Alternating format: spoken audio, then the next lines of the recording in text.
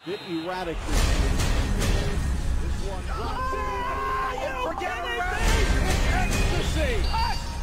Siul, prediksi dan ulasan sepak bola. Orgasmic proportions. Here we come. Oh my word! FM 91,2 Radio Kota Batik News Interaktif Solutif. Assalamualaikum warahmatullahi wabarakatuh. Selamat sore kawan, untuk Anda pecinta olahraga sepak bola dimanapun berada. Berjumpa kembali di program Siul Prediksi dan Ulasan Sepak Bola. Masih bersama dengan saya Ozi dan juga ada Bung Dirham yang menemani Anda hingga sore nanti. Selamat sore Bung. Iya, selamat sore Ozi. Kabar sehat Bung ya? Alhamdulillah. Baik, selama pekan kemarin jeda internasional, minggu ini kemungkinan untuk Liga Top Eropa bakal kembali digelar Bung. Dan nanti malam yang masih kita tunggu-tunggu yaitu debutnya Cristiano Ronaldo yang kembali ke MU. Iya. Sama nggak sefantastis apa ya untuk debut nanti malam itu? Apakah sama dengan debutnya Lionel Messi di PSG? Yang ternyata kalau menurut saya sih biasa aja Bung. Kalau menurut Bung Diam sendiri nanti malam di pekan keempat ya untuk Liga Premier Inggris ini, Ronaldo yang rencananya akan dimainkan melawan Newcastle seperti apa menurut gambaran Bung Dirham? Yang pertama mungkin karena Liga Inggris ini kan musim ini kedatangan banyak bintang termasuk Ronaldo. Dan ambisi MU adalah bagaimana di level Liga Champion mereka mampu berprestasi lebih di kancah Liga Champion. Yeah. Nah, salah satunya adalah bagaimana Ronaldo kembali ke MU, dan comeback ini tentu akan membuat perhatian banyak orang, terutama publik sepak bola, media, sudut pandangnya pasti akan, atau angle-nya akan mengarah ke Ronaldo. Bagaimana dia debutnya? Nah, kehadiran Ronaldo saya berharap tidak membuat MU menjadi pemain-pemain MU lain yang saat ini juga tampil baik seperti Mason Greenwood yang saya lihat dia prospek jadi penyerang yang hebat. Jangan sampai dia adanya Ronaldo itu tergeser tempatnya sehingga dia harus akhirnya dia punya keinginan untuk hengkang dari MU. Nah, itu salah satunya. Kemudian yang kita harus jadikan pelajaran bagaimana dulu Alexis Sanchez dari Arsenal yang saat itu tampil sedang on fire, penampilan terbaiknya Sanchez setelah dari Barcelona, itu ternyata di MU dia malah melempem. Ya, karena dia mungkin karena ya situasi yang sangat berbeda dibanding dengan MU, Arsenal, di mana ada keakraban ya dan dengan teman-temannya, sementara di MU karena memang di situ adalah kumpulan bintang-bintang, tentu agak berbeda cara bergaul, cara ini ya, sehingga membuat Sanchez penampilan terbaiknya tidak keluar di situ, dan dia merasa kurang pas gitu di MU salah memilih klub gitu kan, sehingga habis karirnya. Nah, ini pelajaran buat Ronaldo, Pak. Dan juga MU sendiri bagaimana dengan kehadiran Ronaldo ini akan menambah mesin perangnya ya, mesin golnya. Tapi juga kita harapkan tidak mematikan pemain lain gitu. Misalnya yang sudah ada Cavani, sudah saya lihat sudah mulai menyerahkan kostumnya nomor 7 ya kepada CR7. Jadi kebintangan CR7 ini di MU jangan sampai membuat pemain lain, terutama di tim MU itu menjadi menurun. Dan kita lihat bahwa Ronaldo episode pertama di MU tahun 2003 sampai 2009 itu berhasil menciptakan 80 gol sekian, 87 apa berapa, belum sampai 100. Nah, itu sukses besar sehingga dia mampu pindah klub dengan harga yang cukup tinggi. Nah, di MU ini adalah penghujung karir. Bagaimanapun usia Ronaldo sudah sudah melewati batas ya. Sebagai seorang pemain sepak bola, dia masih bisa berprestasi. Nah, akankah dia bertahan 2-3 tahun ya? Paling setahun atau 2 tahun gitu kan? Maksimal prediksi maksimal begitu. Nah, sehingga karena ini menjadi perhatian semuanya, akankah membuat penampilan MU jadi berantakan ya? Misalnya seperti itu. Melawan Newcastle itu tidak mudah bagi MU. Karena selama ini saya lihat ya, pada awal musim yang sudah bergulir ini MU cukup baik ya. Penampilannya ada Greenwood, ada Pogba cukup baik, yang kemarin sempat diisukan ke Madrid tapi dia ternyata masih bertahan di situ, dan Pogba masih stabil, kemudian di belakang juga semakin padu pemain belakang MU, apalagi ada Rafael Varane, rekan Ronaldo juga, yang tentu ini banyak dinanti oleh supporter MU bahwa akan kembalinya Ronaldo ini membuat MU akan menjadi seperti MU yang dulu zamannya Ferguson. Nah, ini satu pertanyaan yang menarik, ya, apakah nanti penampilan Ronaldo itu seandainya nanti dimainkan akan merubah menjadi tambah baik ataukah tambah menjadi memburuk? Yang saya khawatir imbasnya ke pemain-pemain muda kayak Mason Greenwood ya. Itu yang saya lihat sedang on fire.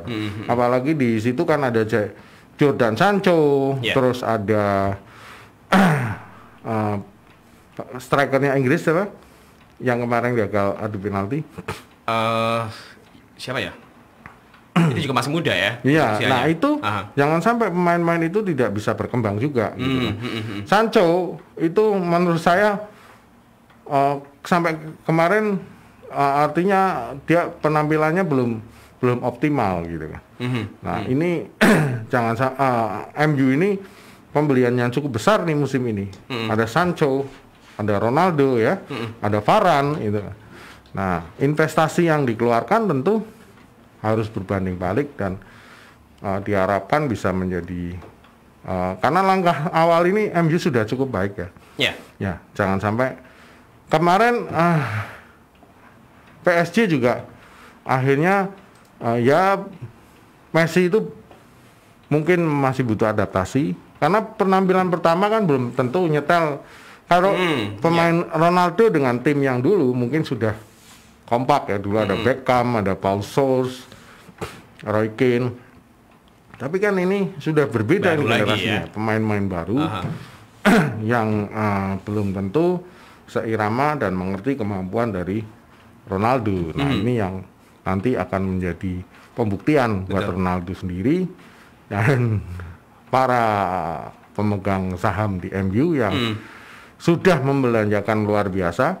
Akankah MU itu sepertinya ya kemarin sebelum ada kedatangan Ronaldo itu sudah on fire cukup baik. Apalagi kemarin juga di musim sebelumnya prestasinya tidak jelek-jelek amat lah. Nah, sudah ada arah perkembangannya lebih baik lagi begitu Bung ya? Iya, jauh lebih baik dibanding Arsenal. Susah kalau kita ngomongin Arsenal ini musim berat. Apakah indikasi Arteta akan mundur dengan partai melawan Norwich ini atau akan muncul pelatih baru ya, atau misalnya Antonio Conte misalnya tiba-tiba di sana. Bahkan Wenger juga digadang-gadang bakal balik lagi. Digandang, terus juga ada Henry yang sekarang menjadi asisten pelatih tim nasional Belgia. Ya. Nah semua itu masih Arsenal justru tidak mengembirakan. Liverpool masih cukup stabil, Manchester City cukup stabil. Chelsea ada sedikit peningkatan, dia setelah 3 champion merubah menjadi lebih tajam lini depannya dengan kehadiran Lukaku tentunya. Karena selama ini kan Chelsea tidak bisa, artinya pemain-pemain depan Chelsea ini tidak bisa optimal. Sehingga ini dengan kehadiran Lukaku, dengan Lukaku ini diharapkan bisa prestasi menjadi lebih baik. Nah, pertanyaannya adalah bagaimana nanti Kalau Ronaldo mencetak gol, kemungkinan bisa mencetak gol. Ya. Tapi pertanyaannya, akankah Ronaldo mampu membawa MU menjadi jauh lebih baik dibanding musim lalu? Misalnya begitu. Minimal meraih 1 trofi lah ya. Itu yang karena investasinya sangat besar sekali. Betul. Dan kemarin para supporter MU sempat kehilangan kepercayaan kepada para pemegang atau pemilik klub ya. Nah ini pembuktian. Nah, kembali lagi ke Ronaldo, Bung Dirham, di mana oleh Solskjaer ini akan menerapkan posisi Ronaldo di tempat mana? Kalau setahu saya di Juventus Ronaldo nggak begitu nyaman ketika dijadikan sebagai striker murni. Dia lebih suka di posisi sayap kiri ya. Sayap kiri. Kalau kemudian Solskjaer seperti apa, Bung? Apakah juga masih tetap di sayap atau bakal menjadi striker murni? Kalau Solskjaer saya kira tidak jauh berbeda dengan pola Ferguson ya. Di mana sayap menjadi salah satu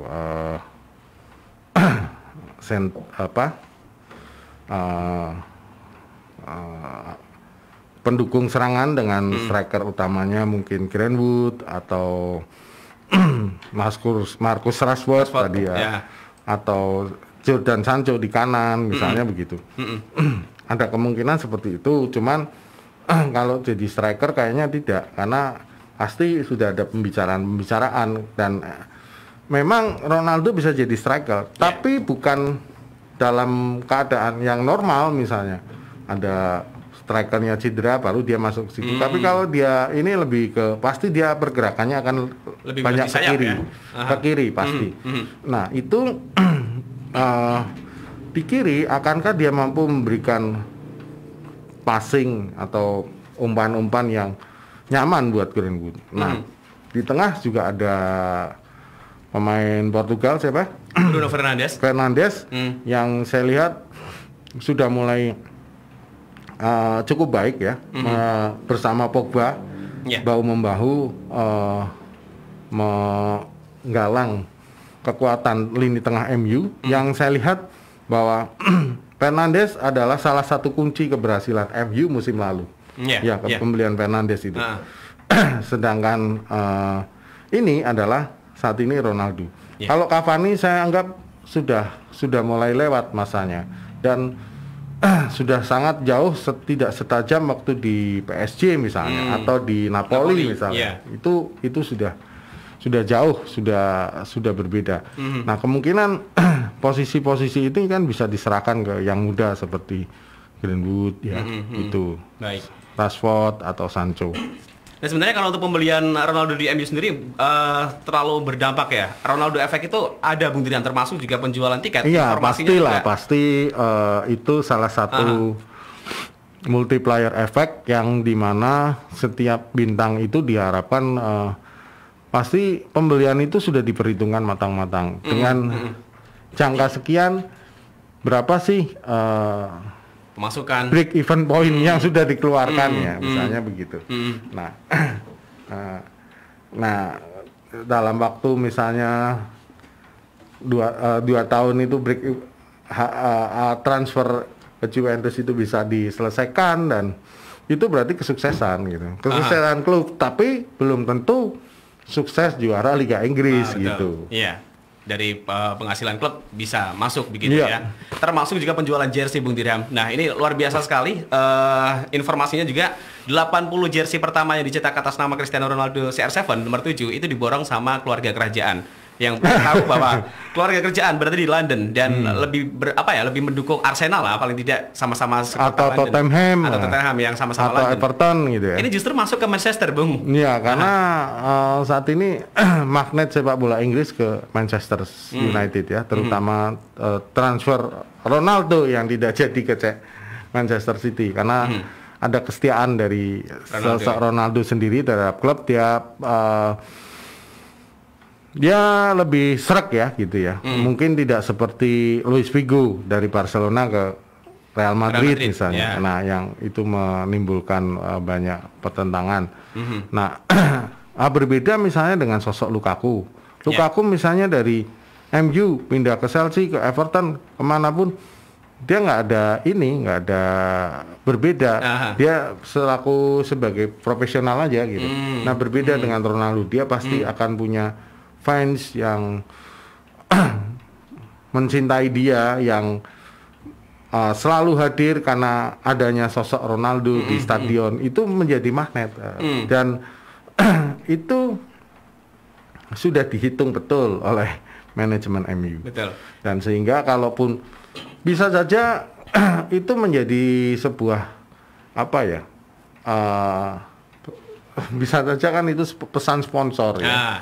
Bahwa jersey pertama sudah diborong oleh keluarga. Ini pasti di situ orang-orang akan semakin penasaran dengan jersey itu. Betul. Ronaldo jilid 2 gitu.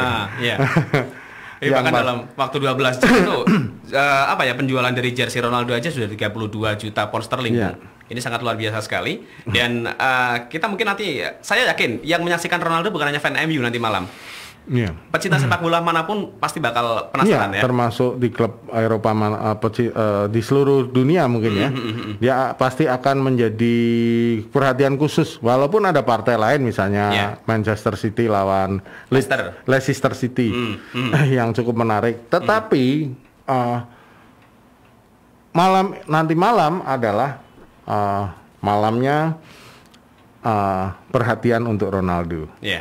Betul. Baik, nanti malam MU akan bermain di Old Trafford versus Newcastle. Nanti kita akan bahas lagi Bu Tiram untuk Liga Premier Inggris, termasuk juga Arsenal melawan Norwich yang sama-sama di posisi degradasi. Dan pastikan Anda masih bersama kami kawan di FM 91,2 Radio Kota Bati.